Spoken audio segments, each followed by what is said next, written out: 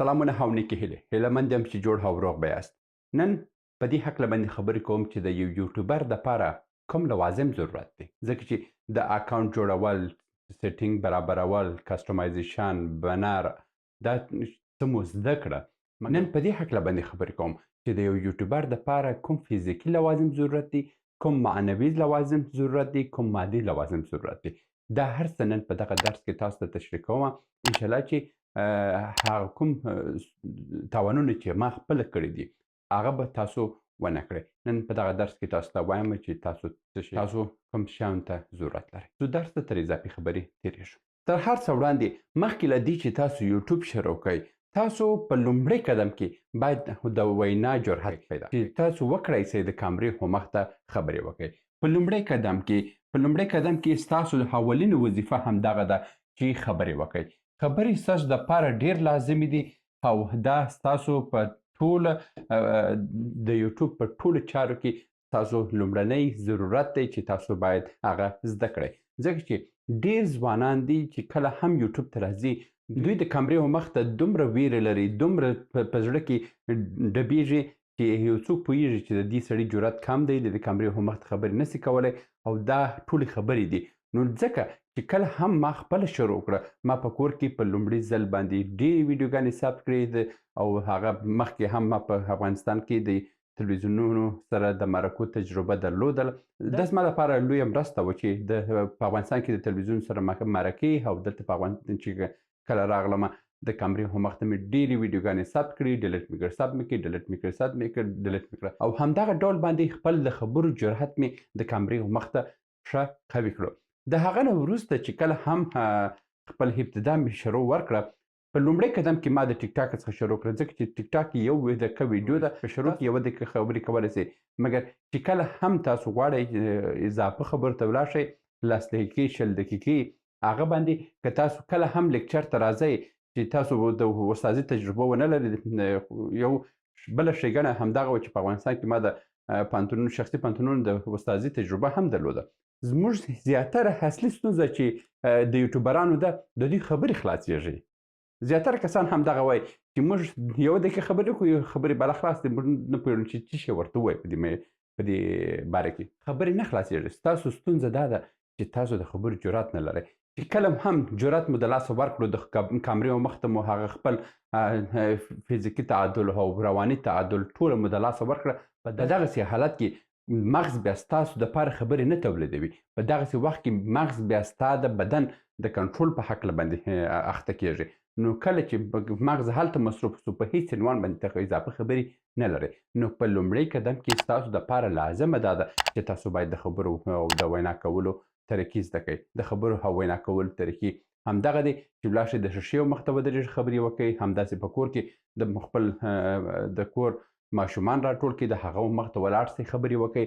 هر موضوع باندې چې خبرې کوئ، آهسته آهسته خپل جرأت په کلي کې، په بانډو کې، په بهر کې، د خلکو په منځ کې دا خبرې وکړئ تر څو جرأت پیدا کړئ. چې کله مو هم جرأت پیدا کړئ، په بل قدم کې راسئ. په بل قدم کې راسئ، د کامرې مخ ته ودرېږئ او خبرې وکړئ.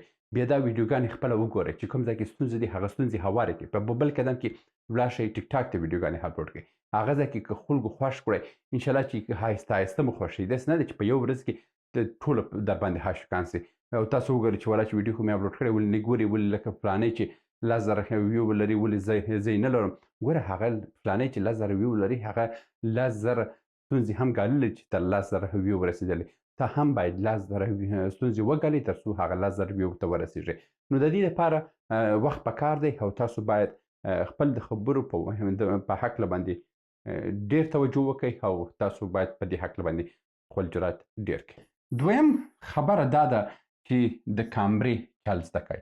دویم خبره همدغه ده چې تاسو د کامرې مخ ته باید خبرې زده کړئ، د کامرې استعمال زده کړئ، په کامرې کې د فلم اخیستو طریقې زده کړئ او دا چې د کامره سره کوم استعمال کوو، کامره سره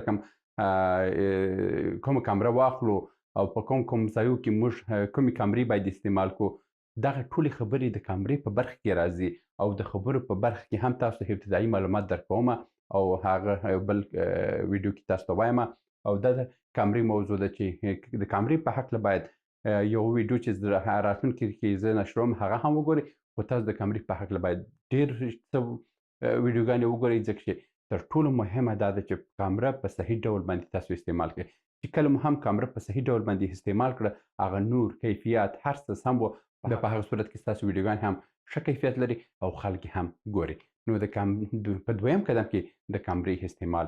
په دریم قدم کې مایک ستاسو دپاره ضروري شی چې دی مایک دی. تاسو باید مایک وپېژنئ چې کوم مایکونه تاسو دپاره پکارېږي او کوم مایکونه باید تاسو استعمال کړئ ځکه چې تاسو د یوټیوبر کېدو دپاره لومړنی شرط د خبرو او د کامرې وروسته هغه دا دی چې تاسو باید ښه صحیح او قوي مایک ولرئ ځکه چې زیاتره زموږ هېوادوال چې ضعیفه مایکونه اخلي هماغه ضعیفه مایکونه ستونزه دا ده چې د دوی غږ په صحیح ډول باندې نه ثبتوي او چې کله هم هغه ایډیټ کړو داسې ښکاري لکه په یو کور کې چې دی بې له کوم مایک خبرې وکړي که څه مایک هم ورسره دی مګر کیفیت یې ډېر کم دی.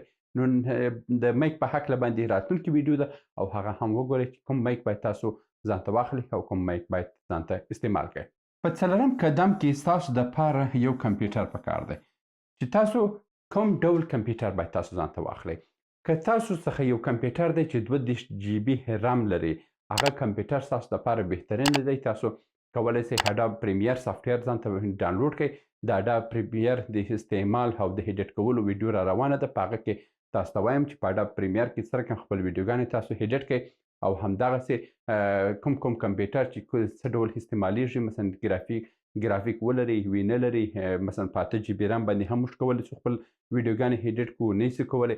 دغه ټوله موضوعات په کمپیوټر په برخه کې هم تاسو ته وایم په دې ټولو باندې ویډیوګانې را روان دي خو دا مې نن په دې خاطر تاسو دپاره ثبت کړه چې کوم کسان چې مخکې تر مخکې غواړي چې ځان جرتره خپل ستونزې حل کړي بیا دا کولی شي چې دغه موضوعات په یوټیوب کې سرچ کړي او د نورو یوټیوبرانو څخه هم ویډیوګانې مخکې تر مخکې ثبت شوي دي هغه هم وګورئ او که بیا دوی منتظر کېږي زه انشاءالله چې ټول موارد بیا په ویډیویي ډول باندې د دوی سره شریکوم.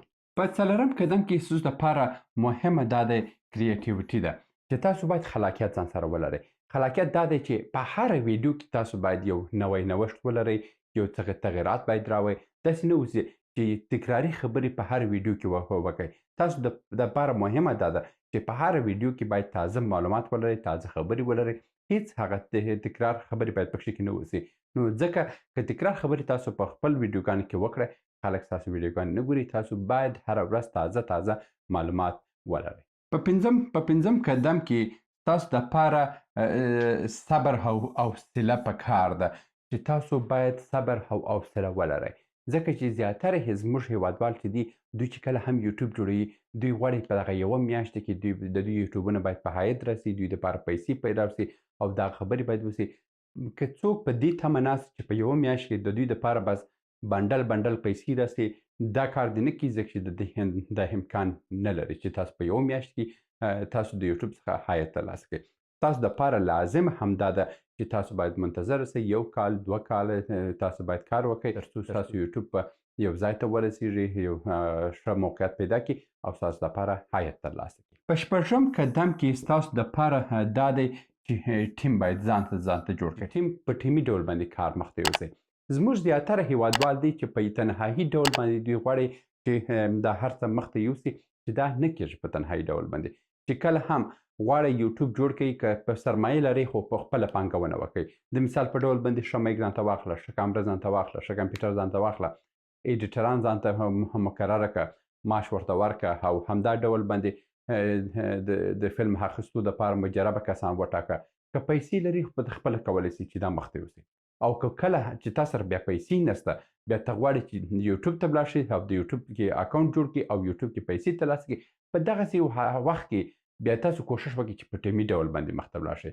په ټیمي ډول باندې خپل په محل کې خپل په سیمې کې داسې کس پیدا کړئ چې وګوره په خبرو کې تکړه اوسي. مثلا بل کس پیدا کړئ چې د فلم اخیستو تجربه ولري بل کس پیدا کړئ چې د ایډیټ کولو تجربه ولري بل کس پیدا کړئ چې مثلا د استودیو جوړولو او موضوعات لیکل په دې کې مهارت ولري. تاسو یو 10 نفري 15 نفري ټیم سره جوړ کړئ او په ګډه سره کار وکړئ. چې کله مو هم کار وکړو او ښه یو قوي یوټیوب مو جوړ کړو په هغسې صورت کې بیا تاسو کولی شئ چې ډېر ژر په عاید راسئ او ډېر ژر پیسې ترلاسه کړئ.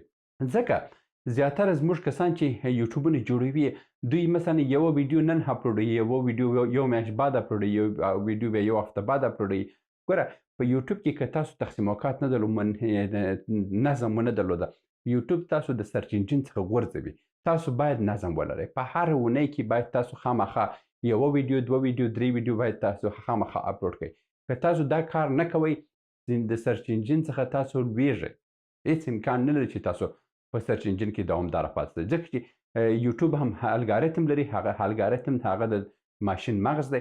هغه تصمیم نیسي چې دغه سړی ورک دی د ډېر وخت لپاره د سرچ انجن کې باید دا پاتې سي که پاتې نه سي او که نه دا تاسو شړي. نو د دې دپاره تاسو په یوازې ډول باندې نسئ کولی چې یوټیوب جوړ کړئ او دوامداره ویډیوګانې واچوئ. د مثال په ډول باندې دا کوم ویډیوګانې چې زه خپله جوړوم مثلا تحقیقاتي مرکز ما دپاره موضوعات جوړوي. یو بل ټیم دی ما دپاره تمنیلونه جوړوي. بل ټیم دی ما دپاره ایډیټینګ کوي. دا یو بسته ټیم دی چې دا ویډیوګانې ستاسو دپاره په دوامداره منظمه او په وخت باندې هره ورځ کې ویډیوګانې اپلوډېږي. دا په تنهایي باندې زه خپله هم نسم کولی او دا چې زه تر دغه ځای رسېدلی یم او دومره موفقیت مې ترلاسه کړی دی دا زما خپل قوت نه و. د دې سره بسته یو ټیم کار کړی دی. نو تاسو هم ځان ته یو ټیم جوړ کړئ او دا ټیم تاسو دپاره ډېره ګټه رسوي. په اووم قدم کې تاسو دپاره مارکیټینګ دی چې تاسو مارکیټینګ باید وکړئ چې سر کم ژر تر ژره خپل ځان یو ځای ته ورسوئ. مارکیټینګ دا دی چې کله هم ویډیو جوړوئ د خپل د ویډیو یو لنډ موضوع واخلئ او په فیسبوک کې واچوئ، په ټیک ټاک کې واچوئ، په انستاګرام کې واچوئ. دا خو یوه برخه ده. په بل برخه کې بیا تاسو کوښښ وکړئ چې مثلا د په خپل د یوټیوب د اعلاناتو دپاره د قوي انستاګرام خبرې وکړئ او دوی ته ووایاست چې زما ټیک ټاک اعلان خپل په ټیک ټاک کې وکړئ او زه تاسو ته پیسې درکوم. همدا ډول ولاړ شئ په انستاګرام کې وګورئ چې کوم پیج قوي پیج وو هغه ته ووایاست چې دا زما اعلان خپل په انستاګرام کې ترسره کړه زه به دومره پیسې درکوم. همدا ډول ولاړ شه فیسبوک ته ووایه چې کوم پاڼه ډېر قوي ده هغه ته ووایه چې زما اعلان خپل په فیسبوک کې اعلان کړه نشر کړه زه به دومره پیسې تاته درکوم.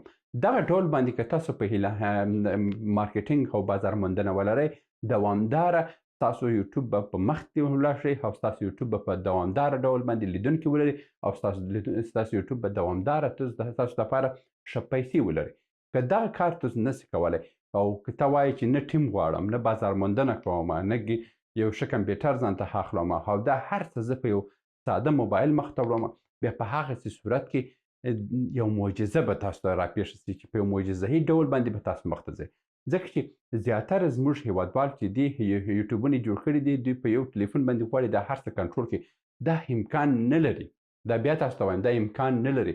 دا کوم یوټیوبونه چې کابل کې د افغانستان کوم یوټیوبران چې دي دا ټوله په بهر ملکو کې ناست دي. په افغانستان کې خلک ځان ته ټیمونه جوړ کړي هماغه ټیمونه ورته کار کوي او د دوی عاید هم همداسې دی چې هره میاشت کې 20,000 ډالره 10,000 ډالره 50,000 ډالره دوی د یوټیوب څخه عاید کوي. نو تاسو هم که غواړئ چې یوټیوبران سئ یا خپل پیسې استعمال کوئ یا ټیم استعمال کوئ دغه دوه لارې دي. که د دغه دوه لارو څخه تېر سوئ نور په بل لارې باندې تاسو ژر تر ژره نه یوټیوبر کېږئ. دا زما د خوا هغه خبرې دي چې نن مې تاسو ته وکړې چې یو یوټیوبر دپاره څه لوازم ضرورت دی. او په آخر کې بیا تاسو ته وایم چې تاسو باید صبر ولرئ. صبر باید ولرئ. داسې فکر مه کوئ چې په یو میاشت کې ستاسو یوټیوب باید اسمان ته ورسېږي ستاسو دپاره باید د پیسو باران جوړ کړي.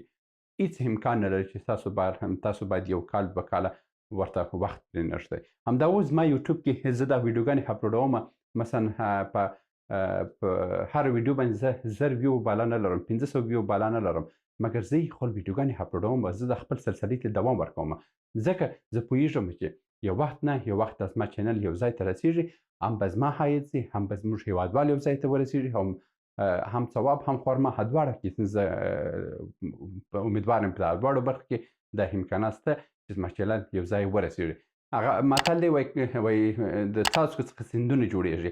نو تاسو هم که همدغه ډول صبر وکئ همداسې څاڅکي یو دوه ویو چې هر ورځ کې پیدا کېږي آهسته آهسته ستاسو چینل قوي کېږي او تاسو باید دا د نن ورځې ویډیو چې یو یوټیوبر دپاره څه ضرورتونه دي دغه خبرې مې تاسو ته وکړې. هیله مند یم چې ستاسو په ګټه تمام سوي اوسي. په راتلونکي ویډیو کې د مایک او کامرې او کمپیوټر په هکله باندې هم خبرې کوم. د یوټیوب کورس تعقیب کړئ او خپل نور ملګرو سره هم کړئ. تر بیا مو په لاس.